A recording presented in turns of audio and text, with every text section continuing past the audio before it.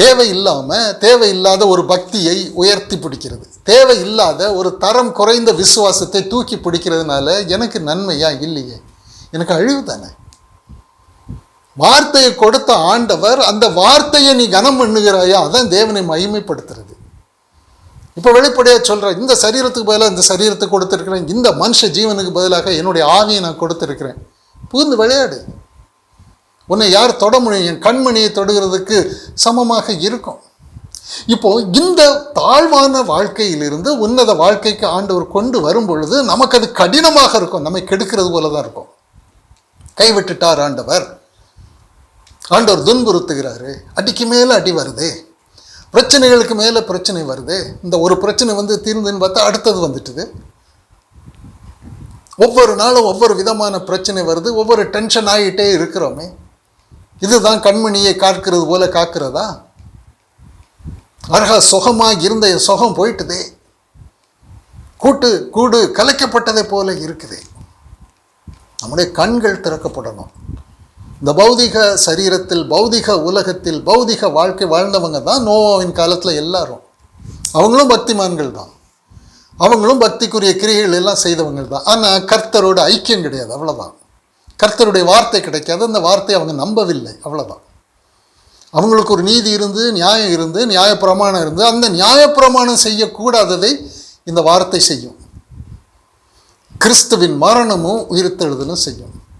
பாவ மாம்சத்தின் சாயலாகவும் பாவத்தை போக்கும் பலியாகவும் அனுப்பி மாம்சத்தில் ஆக்கினைக்குள்ளாக அவர் பாவத்தை ஆக்கினைக்குள்ளாக தீர்த்து முடித்தார். இனி மனுஷ சரீரத்துக்கு இடம் கிடையாது, அவ்வளோதான். அந்த புருஷன் மரித்தான், வேறொரு புருஷன் எனக்கு மணவாளன், கிறிஸ்து எனக்கு மணவாளன் ஆயிட்டார். இப்போ நான் அவருடைய மணவாட்டி உன்னதத்தில் இருக்கிறேன். உலகத்தில் பூமியின் நிலை மாறினா என்ன, மலைகள் நடு சமுத்திரத்தில் சாய்ந்து போனா என்ன, உலகம் முழுவதும் உபத்திரம் வந்தான, பாடுகள் வந்தானே, எனக்கு இல்லை, நான் மரித்தேன், அவருடனே கூட சிலுவையில் அறையப்பட்டேன். பிழைத்திருக்கிறது நான் இல்லை, கிறிஸ்து எனக்குள் பிழைத்திருக்க. நீங்கள் மரித்தீர்கள், உங்கள் ஜீவன் கிறிஸ்துவுடனே தேவனுக்குள் மறைந்திருக்கு, உன்னத வாழ்க்கைக்கு வந்தாச்சு. இதை செய்கிற கர்த்தர் நம்முடைய வாழ்க்கையில் ஒவ்வொரு நாளும் செய்யும் பொழுது நம்முடைய கூட்டை கலைக்கிறது போல இருக்கும். கழுகு தன் கூட்டை கலைத்து தன் குஞ்சுகளின் மேல் அசைவாடி தன் செட்டைகளை விரித்து அவைகளை எடுத்து அவைகளை தன் செட்டைகளின் மேல் சுமந்து கொண்டு போகிறது போல கர்த்தர் ஒருவரே அவனை வழி நடத்தினார். அந்நிய தேவன் அவரோடு இருந்ததில்லை. பூமியில் உள்ள உயர்ந்த ஸ்தானங்களின் மேல் அவனை ஏற பண்ணினார். வயலின் விளைவும் பலனை அவனுக்கு புசிக்க கொடுத்தார். கண் மலையில் உள்ள தேனையும் கற்பாறையிலிருந்து வடியும் எண்ணெயும் அவன் உண்ணும்படி செய்தார். கொடுக்கிறார்ல, முதல்ல கூட்ட கலைக்கிறாரு, இப்போ உன்னதமான ஒரு வாழ்க்கை கொடுக்கிறார்ல. என்னத்தை புசிப்போம், என்னத்தை குடிப்போம். இல்லையா? நாம் என்ன எதிர்பார்ப்போம்னா உலக தாளந்துகள் தான் நமக்கு வேணும். நான் இந்த பௌதிக சரீரத்தில் இருப்பேன், எனக்கு உலக தாளந்துகள் வேணும், எனக்கு ஒரு சம்பிரமமான வாழ்க்கை வேணும், அதன் முடிவு மரணம். ஆண்டவர் விட மாட்டார். அப்போ நமக்கு உதவி செய்ய வருகிற கர்த்தர் நம்முடைய கூட்டை கலைக்கிறது போல இருக்கிறதுனால தான் நமக்கு கர்த்தரோடு வழக்கு இருக்கு.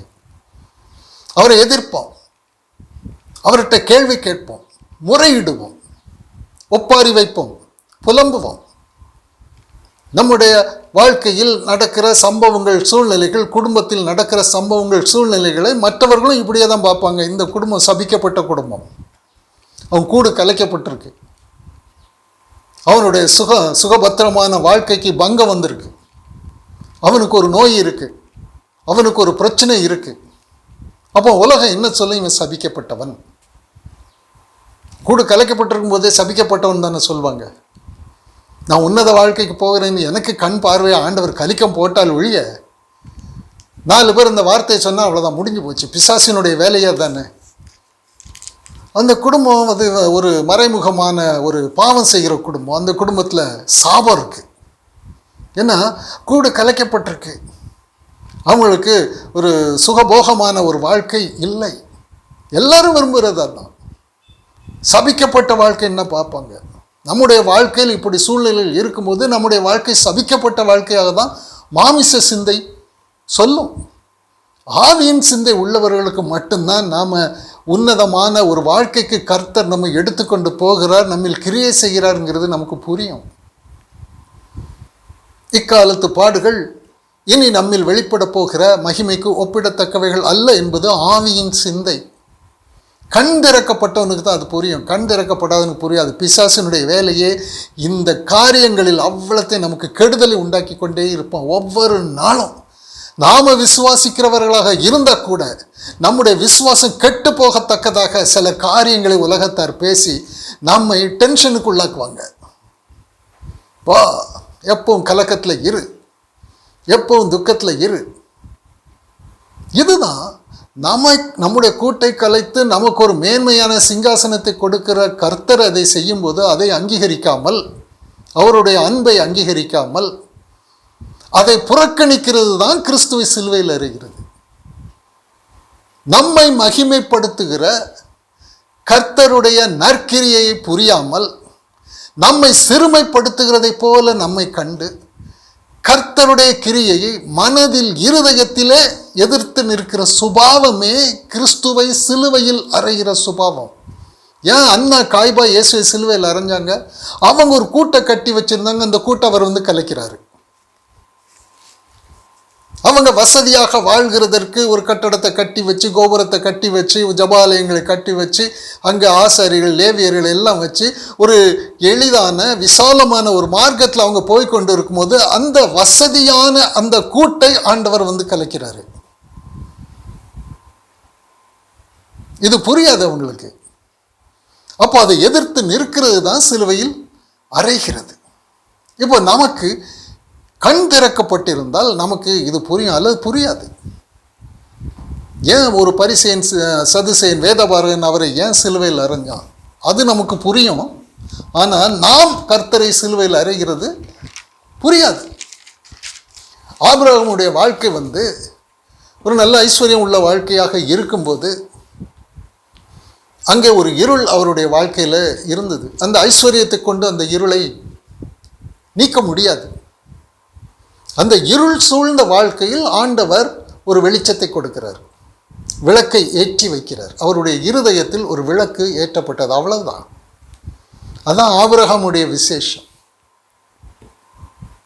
ஒரு வார்த்தை, இருள் சூழ்ந்த நம்முடைய வாழ்க்கையில் ஒரு வார்த்தை ஆண்டவர் கொடுப்பார். உன் சரீரம் இது சாதாரண சரீரம் நினைக்கிறியா? மனுஷ சரீரம் நினைக்கிறியா? வியாதி வரக்கூடிய சரீரம் நினைக்கிறியா? பாவ சரீரம் நினைக்கிறியா? அது சிலுவையில் அறையப்பட்டது.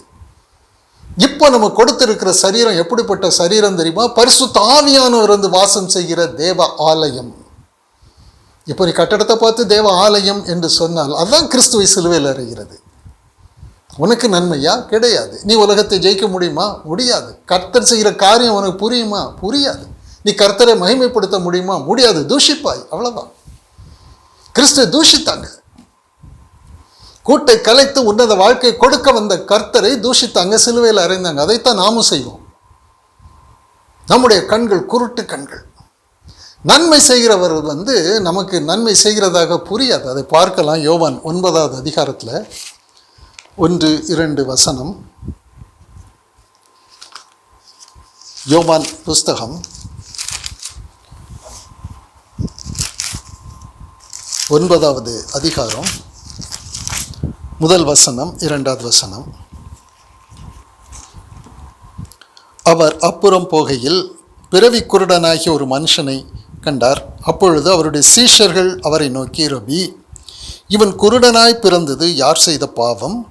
இவன் செய்த பாவமோ இவனை பெற்றவர்கள் செய்த பாவமோ என்று கேட்டார்கள். இயேசு பிரதியுத்தரமாக, அது இவன் செய்த பாவமும் இல்லை அல்ல, இவனை பெற்றவர்கள் செய்த பாவமும் அல்ல, தேவனுடைய கிரியைகள் இவனிடத்தில் வெளிப்படும் பொருட்டு இப்படி பிறந்தான். ஆண்டவர் ஒரு கிரியையை செய்கிறாரு, அந்த குடும்பத்தில் செய்கிறார், அவனிடத்தில் செய்கிறார். அது யாருக்கும் புரியாது. ஜனங்கள் எப்படி விமர்சிப்பாங்க? இவன் பாவி, அவன் பெற்றோர் பாவி. ஆண்டவர் செய்கிற, ஆண்டவர் அவங்க அந்த குடும்பத்தை மகிமைப்படுத்துகிற காரியம் வேற. கிறிஸ்து இடைப்பட்டுக்கிறார். அவன் பிறவியிலே குருடன் தான். எல்லாருமே பிறவியின் நிமித்தம் எல்லாருமே குருடன் தான். ஏன்னா இந்த பௌதிக சரீரம், மரணத்துக்கு ஏதுவான சரீரம், நிர்பந்தம் உள்ள சரீரத்தில் வாழும் பொழுது நாம் எப்போவும் நம்ம துக்கப்படுவோம், வருத்தப்படுவோம், எல்லாம் இருக்கும், கண்ணீர். அது ஒரு இருள், ஒரு குருடனுடைய வாழ்க்கை தான். மனுஷ சரீரத்தில் வாழ்கிற வாழ்க்கை எவ்வளவு ஐஸ்வர்யம் உள்ள வாழ்க்கையாக இருந்தாலும் உலக தாளந்துகள் உள்ள வாழ்க்கையாக இருந்தாலும் அது ஒரு குருடனுடைய வாழ்க்கை தான். ஏனென்றால் நம்முடைய எல்கை மிக குறுகியது, ஒன்றும் தெரியாது, இருள், இடறிக்கொண்டே இருப்போம். இப்போ கர்த்தர் நம்முடைய வாழ்க்கையில் நம்முடைய கண்களை திறந்து கொடுக்கும் பொழுது தான் நமக்கு பார்வை கிடைக்கும். அப்போ கர்த்தர் இடைப்படும் பொழுது கூட்டை கலைக்கிற ஒரு அனுபவம் இருக்கும் பொழுது இங்கே எல்லாரும் ஜனங்கள் எப்படிப்பட்ட காரியத்தை சொல்கிறாங்க, எல்லாம் குருடங்க, இவன் செஞ்ச பாவமா, இவன் முற்பிதாக்கள் செஞ்ச பாவமா. ஜனங்கள் எல்லாரும் சொல்கிறாங்க, நீ பிறவியிலே நீ பாவம் செஞ்சவன். எல்லாரும் அப்படிதான் சொல்கிறாங்க. அது குருட்டுத்தனம். கர்த்தர் என் வாழ்க்கையில் இடைப்பட்டு கூட்டை அவர் கலைத்து அவர் என்னை உன்னதத்துக்கு அவர் கொண்டு போறாரு.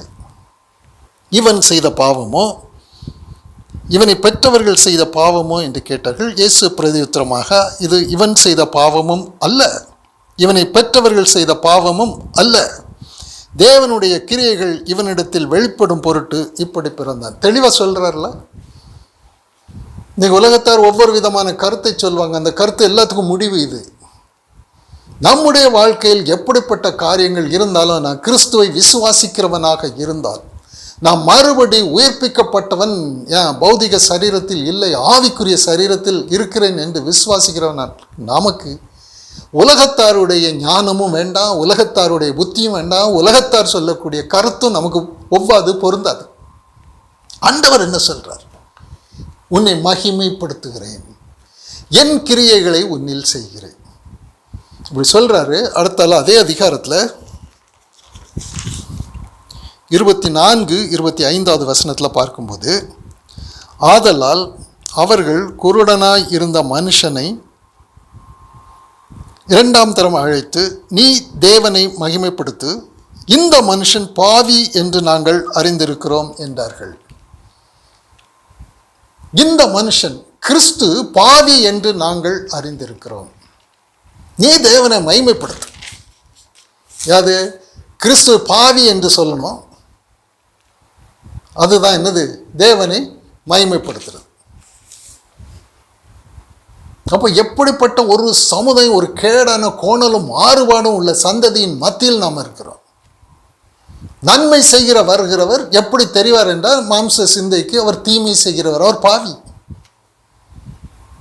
அண்ணாவும் காய்வாவும் கிறிஸ்துவை பாவியாகத்தான் பார்த்தாங்க, சபையை கெடுக்கிறவர்களாக பார்த்தாங்க, பாரம்பரிய பக்தி மார்க்கத்தை கெடுக்கிறவராக பார்த்தாங்க, கூட்டை கலைக்கிறவராக பார்த்தாங்க. இவன் பாவி. ஆனால் அவர் செய்கிற காரியம் என்ன, எவ்வளோ மகிமையான காரியம். அதற்கு அவன் பிரதியுத்தரம் சொல்கிறான். 25வது வசனம், அவர் பாவி என்று எனக்கு தெரியாது, நான் குருடனாய் இருந்தேன், அது எனக்கு தெரியும், இப்பொழுது நான் காண்கிறேன், இது ஒன்றுதான் எனக்கு தெரியும் என்றான். இதாங்க சாட்சி. ஒரு காலத்தில் நான் அந்த பௌதிக சரீரத்தில் எவ்வளோ உன்னதமான இடத்துல நான் இருந்தாலும், எப்படி இருந்தாலும், அது எனக்கு கண் பார்வை கிடையாது.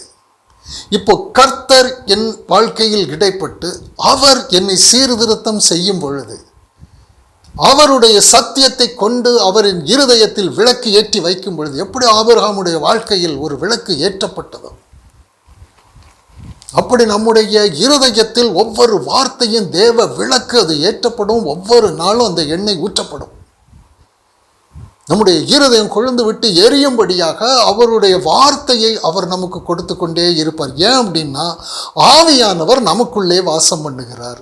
அவருடைய ஆலயமாக இந்த ஆவிக்குரிய சரீரம் மாறிவிட்டது, கிரயத்துக்கு கொல்லப்பட்டு இருக்கிறோம். இப்போ இந்த கண் திறக்கப்பட்டவன் சொல்லுகிறதை போல, அவர் பாவி என்று எனக்கு தெரியாது. முன்னாடி நான் இருளில் இருந்தேன், இப்போ நான் கண் பார்வை அடைந்திருக்கிறேன். அருமையான சாட்சி. இந்த சாட்சி தான் நம்முடைய வாழ்க்கையில் ஒவ்வொரு நாளும் கர்த்தருடைய வார்த்தையை விசுவாசிக்கும் போது இந்த சாட்சி தான் நமக்கு வரணும். ஒவ்வொரு உபத்திரவமும் நம்முடைய கண்களை திறந்து கொடுக்கும் கர்த்தருடைய வார்த்தையை நம்புகிறவனுக்கு.